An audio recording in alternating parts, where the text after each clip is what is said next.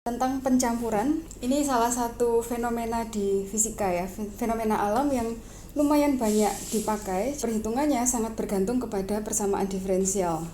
Kita langsung saja ke soalnya. Dibilang di sini sebuah wadah menampung 400 galon air. Jadi kalau saya buat sketsa, misalnya begini kan, ini wadah, misalnya begini, dia menampung 400 galon air, di mana 100 pound garam dilarutkan. Ini satuan British ya, tidak apa-apa. Air murni dialirkan ke dalam wadah dengan kecepatan 2 galon per menit. Nah, ini ada air yang dimasukkan. Hasil campurannya dipertahankan merata sambil diaduk-aduk ya. Berarti ini diaduk-aduk terus. Berapakah banyaknya garam yang telah dimasukkan ke dalam wadah selama 1 jam? Oke, kita ditanya berapa banyak garam ya. Oke, kita langsung coba saja kita praktekkan. Jadi di sini kita akan pakai hukum kekekalan ya, supaya tahu jumlahnya. Berarti kan gini, YT ini adalah berapa banyaknya garam yang ada di situ bergantung pada T ya. Nah, kemudian perubahannya itu adalah turunannya ya kan. Turunan, ingat ya, turunan itu kan selalu adalah perubahan kan. Kita dulu pakai delta ya. Dulu kan delta Y per delta X gitu kan. Nah, kita masih pakai seperti ini, hanya saja kita memang tidak menulis secara detail ya. Jadi Y aksen itu adalah perubahannya. Artinya apa? Banyaknya yang masuk dikurangi banyaknya yang keluar gitu kan. Sekarang kalau menurut hukum kekekalan harus balance ya. Jadi yang masuk harus balance dengan yang keluar, itu disebut perubahan ya. Saya tulis gini aja supaya sederhana. Berapa yang masuk gitu kan, dikurangi berapa yang keluar. Ini adalah penambahan ya, penambahan bahan yang ada di situ. Sekarang kita lihat data berikutnya adalah air murni diberikan dengan kecepatan 2 galon. Nah, ini air saja berarti kan tanpa garam. Kemudian pada saat awal itu diketahui garamnya adalah 100 ya, ini ya. Berarti ini kan banyaknya garam pada saat T sama dengan 0, ini adalah 100. Oke, sampai di situ.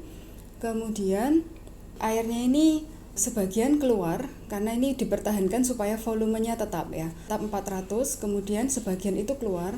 Atau misalnya keluarnya misalnya di sini ya, atau keluarnya lewat bawah sini.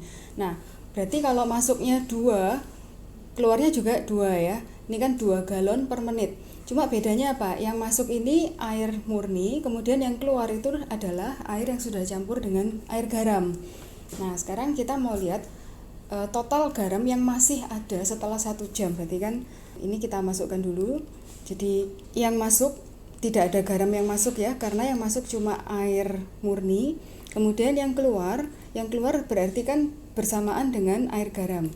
Nah, yang keluar itu berarti 2 galon juga ya. Berarti 2 galon 2 per 400 ya, karena volume totalnya kan 400. Nah, 2 per 400 dikalikan dengan garam yang saat itu sedang ada di situ, berarti kan Y. Jadi ini YT ya. Pada saat tertentu jumlah garamnya sekian. Nah, kemudian PD yang kita dapatkan berarti apa? Nolnya ini kita abaikan. Jadi kita akan mendapatkan sebuah PD persamaan diferensial Y aksen sama dengan min, kalau saya sederhanakan ini jadinya apa ini? 0,005 ya. Kemudian ini kali Y. Nah, ini adalah PD kita. Sekarang kita disuruh menghitung ya. Nanti yang ditanyakan adalah Y ketika setelah 1 jam. 1 jam itu berarti kan 60 menit. Berarti ketika T sama dengan 60. Nah, ini berapa gitu kan? Kita hitung dulu. Kita mau cari persamaan Y-nya dulu. Berarti kita perlu mengintegralkan. Nah, saya scroll ke bawah biar ada tempat. Jadi kalau kita tulis ulang, ini kan Y aksen tuh seperti ini ya, dy per dx. Nah, ini adalah min 0,005 Y. Berarti kalau kita mau buat pemisahan variabel, jadi 1 per Y dy. Yang di sebelah sini 0,005 kemudian dx gini ya. Nah, ini yang kita integralkan sekarang. Oke, mudah-mudahan masih ingat seperti minggu lalu. Jadi kalau kita integralkan seper Y seperti biasa ya, ini ln Y. Jangan lupa ditambah dengan konstanta. Saya sebut konstanta 1 karena di kanan nanti akan ada konstanta yang lain hasil integralnya juga. Jadi ini min 0,005 ini konstan, biarkan. Kemudian akan muncul X Nah, baru ditambah konstan yang lain ya. Ini C2, anggap saja begitu, C2. Berarti kalau C-nya kita gabungkan, kita sebut nama jadi C3 gitu ya. Karena kan jadi konstanta yang baru. Berarti kan ln Y sama dengan min 0,005X ditambah C3. Berarti apa? Y persamaannya akan menjadi E pangkat min 0,005X ditambah C3 gini ya. Jadi ini kalau kita pisahkan kan jadi E pangkat min 0,005X kali E pangkat C3. Nah, E pangkat C3 ini sebuah konstanta ya kan. Jadi saya sebut saja konstanta yang lain, misalnya C4 dikalikan E pangkat min 0,005X. Nah, dengan begini kan kita jadi lebih sederhana ya, pangkatnya cuman ya kelihatan cuma seperti itu gitu. Oke, sampai di situ kita sudah punya Y, persamaan untuk Y. Nah, sekarang kita diberi data ya. Data ini kan initial condition. Jadi ini soal ini sebenarnya sebuah apa? IVP ya, initial value problem gitu ya. Kita masukkan, jadi ketika Y sama dengan 0, berarti Y masukkan ya, C4 tadi, kemudian E pangkat min 0,005, kemudian X-nya kita masukkan, X-nya tadi kan 0. Gini kan ya. Berarti Y0 itu nilainya 100. Nanti C4 ini kita mau cari, kemudian E pangkat, nah ini kan dikalikan 0 jadi tetap 0.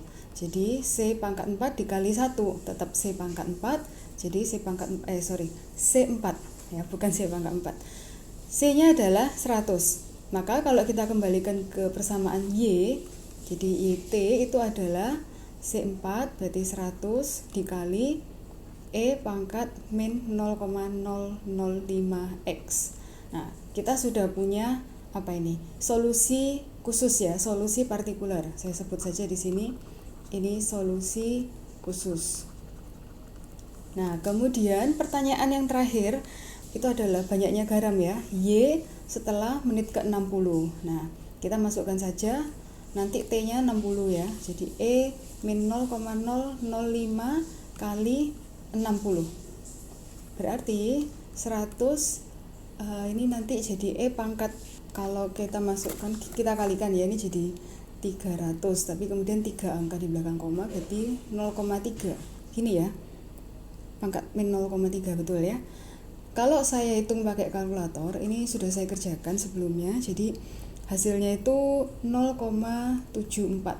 Jadi lumayan ya, cukup masuk akal gitu. Kalau dilihat dari perkiraan juga oke. 74 satuannya ikut yang satuan awal tadi ya. Jadi cukup masuk akal ya. Awalnya mengandung 100 pound garam, ditambah air jadi lebih encer. Jadi lebih encer, padahal volume cairan itu, volume larutannya dipertahankan tetap. Nah, berarti garamnya sudah berkurang, jadi 74. Oh, sudah ada absen. Ya, thank you Renat ya. Oke, saya berhenti sampai di sini dulu. Apakah ada yang mau bertanya soal ini, soal aplikasi ini?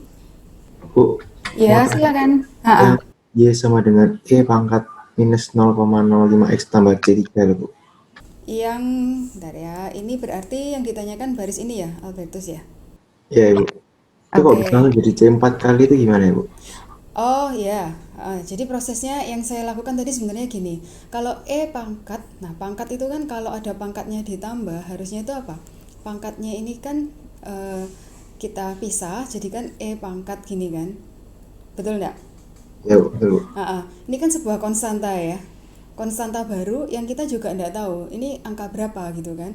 Jadi untuk menyingkatnya, daripada nulis E pangkat C3, nggak enak ya, saya buat konstanta baru aja namanya C4 gitu.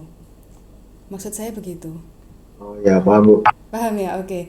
Ya, nanti dalam perjalanan persamaan diferensial ini makin ke depan, makin besok agak rumit dengan konstanta, karena kita akan menghasilkan banyak sekali konstanta dari pengintegralan ini. Nah, konstanta ini kan angka-angka yang kita tidak tahu, dan sebenarnya kita juga tidak perlu tahu selama proses perjalanan ini kan. Yang penting nanti pada akhirnya konstanta itu ada disesuaikan dengan kondisi yang diketahui. Misalnya ini kan IVP, kondisi awal. Nah, dimasukkan ke sini, barulah ketemu. Nanti konstanta itu akhirnya kita tahu. Oh ya, nah konstanta ini yang kita pakai untuk ini ya, solusi kita. Ini kan solusinya kan. Tapi saya pakai 1, 2, 3 itu maksudnya supaya tidak tercampur ya. Kalau misalnya saya di sini C1, di sini saya pakai C1 lagi atau C lagi, nanti kan ya malah bingung. Loh, apakah menghasilkan konstanta yang sama padahal itu integrasi yang berbeda gitu kan. Nah, itu yang tidak bisa. Oke, apakah ada yang lain mau bertanya? Silakan. Bu, Iya, Nicholas. ini anggapannya berarti sama ya, variabel X ini dianggap untuk waktunya ya, dianggap T ya. Oh iya betul T, sorry dari tadi saya nulisnya tidak konsisten, ya maaf ya. Jadi ini T, ini harusnya ini T. Jadi ini harusnya memang T. Kebiasaan kita itu kerja pakai X, jadinya kalau pakai T lupa. Oke, terima kasih sudah diingatkan. Ini juga T. Ada lagi? Silakan. Bu, saya mau tanya yang pertama itu saya mau tanya yang itu, yang kalau Y aksen sama dengan masuk minus keluar itu udah memang kayak ada ininya atau? Iya. Jadi kalau soal seperti ini ada clue ya. Ini namanya kan mixing problem. Sebentar ya, saya kasih highlight. Ini istilahnya kalau bahasa Indonesia pencampuran, tapi kalau misalnya kalian cari di internet ya, soal-soal seperti ini, istilahnya biasanya mixing problem. Jadi mesti tahu bahwa mixing problem itu pasti nanti akan ada hukum kekekalan, balancing gitu. Seperti yang minggu lalu ya, kita juga sempat cerita tentang ini kan, gerak jatuh bebas. Loh, kok tahu-tahu ada rumus yang tidak ada di dalam cerita ya, tidak ada dalam data, tapi kita harus tahu. Ya, itu salah satu aplikasinya. Jatuh bebas berarti Anda harus tahu kecepatan awal 0. Kemudian jarak yang ditempuh awal 0. Nah, itu diharapkan sudah tahu. Jadi ya sudah dua ini ya paling enggak coba diusahakan diingat-ingat ya, mixing problem sama gerak jatuh bebas. Gerak jatuh bebas itu kalau misalnya kalian nanti cari di internet atau di mana, istilahnya free fall. Oke, gitu Renat ya. Sama ini, kan kalau yang masuk kan memang itu 0 karena ditaruh atau gimana? Oh ya, garam yang masuk memang 0 karena tidak ada garam yang masuk. Jadi Oh ya. Oke. Oh. Sudah ya. Ini air murni nih.